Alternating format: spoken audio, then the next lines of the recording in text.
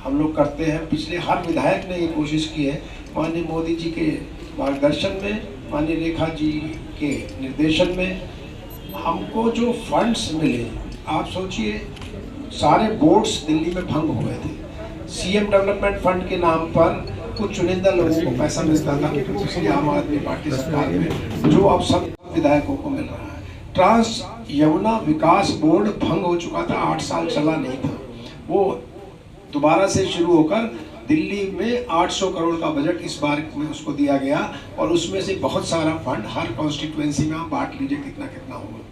इसके अलावा Delhi village development board बना, SC/ST फंड बना, तो जितने भी, या एजुकेशन के लिए अलग है, PWD के लिए अलग है, जल बोर्ड के लिए अलग है।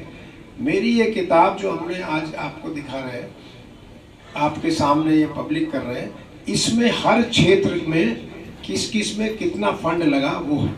जैसे हमारे प्रभारी जी डॉक्टर अनिल गुप्ता जी ने अभी कहा, ये करीब 200 करोड़ रुपए के प्रोजेक्ट हम शुरू कर चुके हैं, प्रपोज्ड हैं, आगे आने वाले समय में शुरू हो जाएंगे, लेकिन ये सारे अप्रूव्ड हैं। ये इसमें एक एक का अगर 10 लाख का भी हमने किया है तो 10 लाख के फंड का भी ब्यौरा है। इतना ट्रांसपेरेंसी, पारदर्शिता से हम एक साथ, इस विश्वास के साथ मुख्यमंत्री रेखा गुप्ता जी ने कहा कि हर विधायक अपना रिपोर्ट कार्ड प्रस्तुत करेंगे, और ये दिल्ली सरकार को भी गया, दिल्ली सरकार के बुलेटिन में भी ये छप रहा है।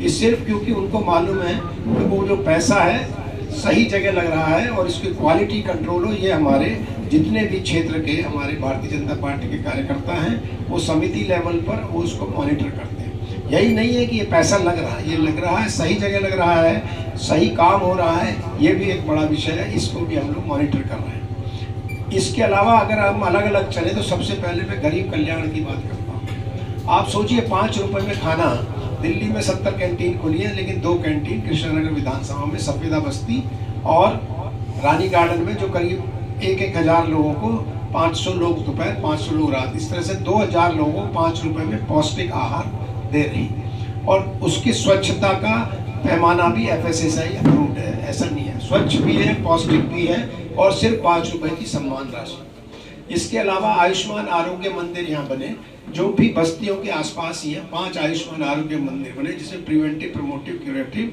तीनों तरह की हेल्थ की सुविधा, ना कि एक पुराने मोहल्ला क्लिनिक जिसमें कुछ दवाई और एक डॉक्टर बैठकर कुछ आउटसोर्स जांच करते थे, वो नहीं है। प्रिवेंटिव का मतलब वैक्सीनेशन भी वहीं हो रहा है, वहाँ पर अगर कैंसर का वैक्सीन लगना है तो वहीं हो रहा है, HIV का वैक्सीन लगना है तो वहीं हो रहा है, इन्वेस्टिगेशन हो रहे हैं तो वहीं अनाउंस हो रहे हैं, दवाइयाँ हैं तो वो वहीं पर मिल रही हैं। इसके बाद होलिस्टिक में आयुष का है, या आयुर्वेदिक है, या योगा है, हैप्पीनेस करिकुलम है, वो सब वहीं पर हो रहे हैं। इस तरह के आयुष्मान आरोग्य, इसीलिए इनको आयुष्मान आरोग्य मंदिर, मतलब स्वास्थ्य का टेम्पल, स्वास्थ्य के मंदिर, जहाँ स्वास्थ्य के बारे में सेवा हो, इसलिए उनको आयुष्मान आरोग्य मंदिर कहा गया। इसके अलावा हमारे यहाँ 12 बस्तियाँ हैं बड़ी बड़ी, रानी गार्डन है, सफेदा बस्ती है, नर्सरी बस्ती है, बुद्ध बाजार है, जहाँ पर आप सोचिए 40 साल हो गए बस्तियों को बने हुए, सीवर की व्यवस्था नहीं, वहाँ सीवर डल रहे हैं। शौचालय की जो 20-30 सीटर था वो 80-100 सीटर रहे, मतलब इतने सालों में जो जनता बढ़ी उसके हिसाब से वो शौचालय की सुविधा। ये जो सीवर की व्यवस्था है, ये सिर्फ उस जगह की नहीं है, उसके स्वास्थ्य की, स्वच्छता की नहीं है, लेकिन ना सीवर होना, वो भी जितना कूड़ा है, जो सीवर है वो जाता हुआ कहाँ, नाले के माध्यम से यमुना में। तो इसीलिए ये बहुत ज़रूरी था कि सबसे पहले आकर पूरी दिल्ली में ये चल रहा है, ये गरीब कल्याण की। इसके अलावा मैं अगर एजुकेशन सेक्टर में जाऊँ तो आप 2 CM श्री स्कूल हमारी कृष्णनगर विधानसभा में खोले, जिसमें स्मार्ट बोर्ड होंगे, स्मार्ट क्लासेस होंगी, AI लैब होंगी, साइंस लैब्स होंगी, जिस तरह की ऐसी सुविधा होगी जो प्राइवेट स्कूल और सरकारी स्कूल का फ़र्क वो समाप्त कर देंगी। और हमारी कोशिश ये है कि यहाँ 6 नए स्कूल, क्योंकि हमने पूरा जो डिटेल दिया है, 6 नए स्कूल बनने का, जो पूरे धूल धूसरित हो चुके, पुराने हो चुके। एक स्विमिंग पूल आपने देखा हो झील के स्कूल में, पहले चलता था 8-10 साल पहले, वो ख़त्म हो गया था, फिर उसको रिवाइव ही नहीं किया गया, उसको अब रिवाइव कर फंड उसका हो गया अप्रूव। इसके अलावा जो स्पोर्ट्स की फैसिलिटीज़ की कमी है, 4000 मीटर में स्पेसिफिक बात कर रहा हूँ कि राजाराम कोहली मार्ग पर जो पेट्रोल पंप के सामने एजुकेशन की 4000 मीटर की ज़मीन है, उस पर हम लोग एक स्पोर्ट्स के लिए ऑडिटोरियम और पूरी स्पोर्ट्स की इंडोर स्टेडियम की व्यवस्था कर रहे हैं। रानी गार्डन के स्कूल में एक 8000-10,000 मीटर जगह है, वहाँ पूरा एक sports stadium, mini sports stadium हो, ऐसी व्यवस्था, क्योंकि यहाँ पर जो कमी है उसकी हम लोग बात कर रहे हैं। तीसरा समस्या यहाँ आती है कि ट्रैफिक की बहुत समस्या है। तो इसके लिए जैसे अभी आपने देखा वो पटपड़गंज के रोड पर हमने डिवाइडर लगाया। वो डिवाइडर के कारण अब आप देखिए कितना स्मूथ फ्लो है, पहले ऐसा नहीं होता था। ये एक ऐसा उपाय था जो बहुत पहले हो जाना चाहिए था। इसके अलावा 2 जगह मल्टी लेवल पार्किंग का हम लोग बात कर रहे हैं, जगह का। ऐसे ही गौशाला के लिए भी हम लोग बात कर रहे हैं।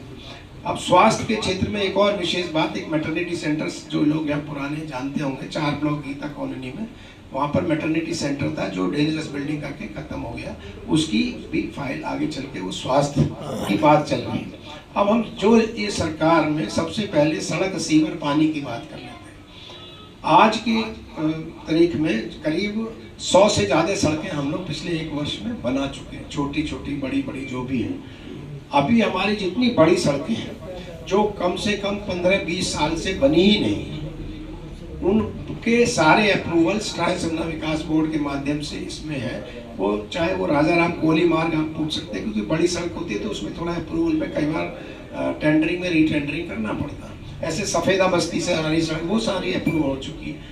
इसके अलावा जो ये मंदिर मार्ग है, अभी आपने देखा वो जगतपुरी की रोड है, जो जगतपुरी SBI से सीधा अंदर जाती थी, वो करीब 20-25 साल से टूटी हुई थी, वो बन चुकी है।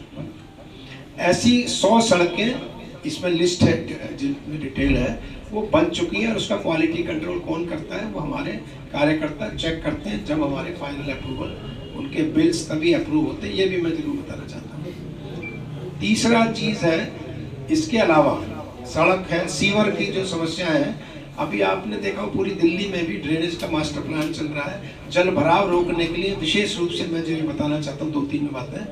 ये ई ब्लॉक में आपने देखा हो, यहाँ पर आसपास बहुत 1-1, 1.5 फुट पानी बढ़ता है चारों तरफ। तो एक बनना शुरू हो रहा है मंदिर, रघुनाथ मंदिर से PWD रोड बाहर तक, जो मंदिर मार्ग पर एक ड्रेनेज, नया ड्रेनेज। एक ये ई ब्लॉक में पुराना था, दूसरा PWD रोड से जुड़ेगा। तो ये इस पूरे क्षेत्र का जो ये बाउल है, ये जहाँ आप बैठे हैं, या जो पानी बढ़ता था, निश्चित रूप से अगली बारिश में हमें उम्मीद है कि नहीं भरेगा। कोई भी आप क्षेत्र देख लो, मुझे लगता है, बाकी तो इस डिटेल आप इस किताब में भी है। मैं सिर्फ ये कह सकता हूँ, चाहे स्वास्थ्य का क्षेत्र हो, चाहे एजुकेशन का क्षेत्र हो, या जल भराव का हो, या पानी, सड़क, सीवर का क्षेत्र हो, किसी भी क्षेत्र में ऐसा नहीं है कि हम लोगों ने काम शुरू नहीं किए हो। काम कुछ हो गए हैं, कुछ शुरू हो गए, कुछ शुरू होने वाले हैं। इस तरह का ये डिटेल इस किताब में आज हम प्रस्तुत कर रहे हैं। इसके अलावा जो आपके सवाल होंगे वो सर, वो किताब को जरा